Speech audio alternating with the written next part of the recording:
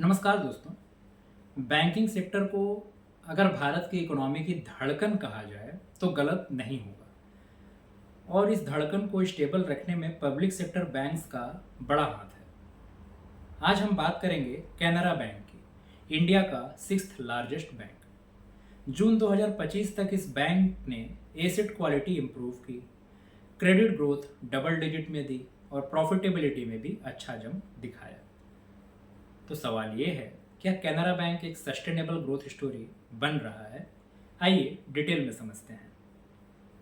Canara bank business volumes और branch network के हिसाब से इंडिया का छठवां लार्जेस्ट बैंक है पब्लिक सेक्टर स्पेस में। जून 2025 तक इसका ब्रांच नेटवर्क 9,865 ब्रांचेस का था, जिसमें रूरल, सेमी अर्बन और मेट्रो सभी शामिल हैं। डिपॉजिट जून 2025 तक 14.67 लाख करोड़ तक पहुंच गई, 10% year on year growth. Credit growth 11% year on year बढ़ी। एडवांसेस बढ़कर 10,96,000 करोड़ तक पहुंचे। Credit to deposit ratio comfortable रहे 74.7% पर। Retail loan fastest growing segment रहा। रिटेल लोन 34% से बढ़कर 2.35 लाख करोड़ तक पहुंचा। एग्रीकल्चरल लोन 3% ऊपर गया और वो बढ़कर 2.49 लाख करोड़ तक पहुंचा। एमएसएमई लोन्स 13% बढ़कर 1.64 लाख तक करोड़। ओवरसीज क्रेडिट 9% अप होकर 0.64 लाख करोड़, यानी share of retail loans overall mix में 21% है, एमएसएमई 13 और कॉर्पोरेट 42%। एसेट क्वालिटी और रिस्क प्रोफाइल की बात करें तो अब सबसे क्रिटिकल पैरामीटर है asset quality. Gross NP ratio गिरकर 2.69% रह गया। नेट एनपीओ रेशियो भी घटकर 0.63%। प्रोविजनिंग कवरेज रेशियो इंप्रूव होकर 93.17% रहा, यानी बैड लोन्स में साफ गिरावट आई है और प्रोविजनिंग स्ट्रांग है। एसएमए बुक भी घटकर 8,751 करोड़ रह गया, जो पिछले साल से एक इम्प्रूवमेंट है। ये सब आरबीआई के रेट कट और प्रोएक्टिव रिकवरी से पॉसिबल हुआ। अब आते हैं नंबर्स पर। FY25 में नेट प्रॉफिट रहा 17,026 करोड़ का, जो ईयर ऑन ईयर 17% बढ़ा।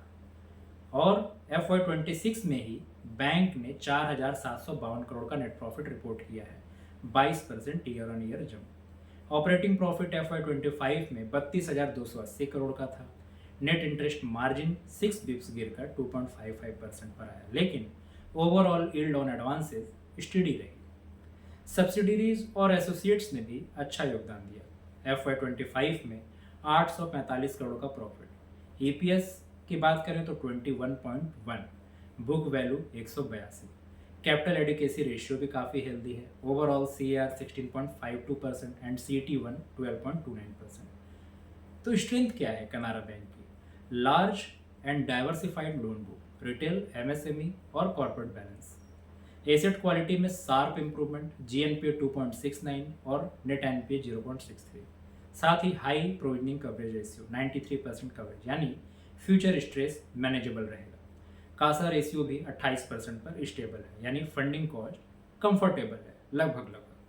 सब्सिडरी सपोर्ट और स्ट्रॉन्ग डिस्ट्रीब्यूशन नेटवर्क। पर रिस्क क्या है? एनआईएम प्रेशर दिख रहा है, 2.55% तक गिरा। कासा रेशियो प्राइवेट बैंक से काफ़ी कम है, यानी फंडिंग कॉस्ट ज़्यादा। ओवरसीज लोन बुक एक्सपोजर अभी भी सेंसिटिव है।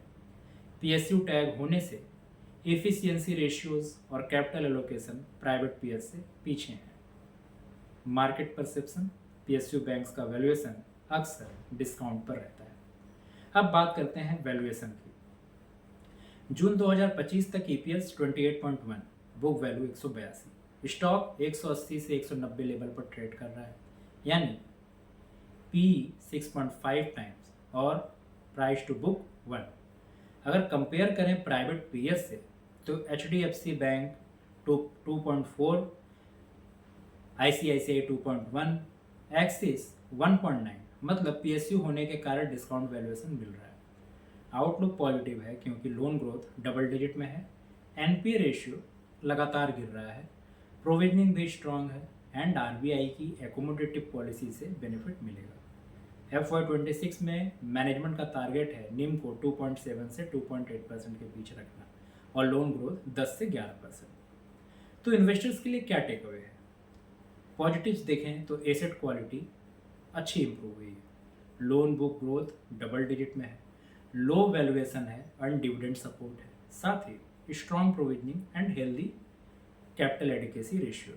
नेगेटिव्स देखें तो नेट इंटरेस्ट मार्जिन का pressure, CASA ratio private peer से कमजोर, पीएसयू इफिशियंसी और गवर्नेंस रिस्क, वैल्यूएशन डिस्काउंट शायद परमानेंट फीचर रहे। तो दोस्तों, कनारा बैंक एक इम्प्रूविंग स्टोरी है। रिस्क लेने वाले इन्वेस्टर्स पीएसयू बैंकिंग रिकवरी पर बेट कर सकते हैं, लेकिन जो केवल हाई ग्रोथ और प्रीमियम वैल्यूएशंस ढूंढते हैं उनके लिए प्राइवेट सेक्टर बैंक शायद बेहतर ऑप्शन होंगे।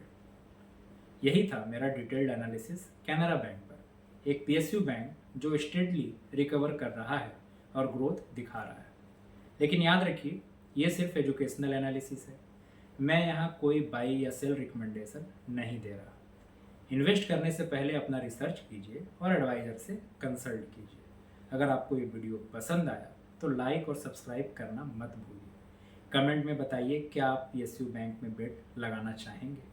मिलते हैं अगले वीडियो में किसी और कंपनी के डिटेल्ड एनालिसिस के साथ। तब तक के लिए धन्यवाद।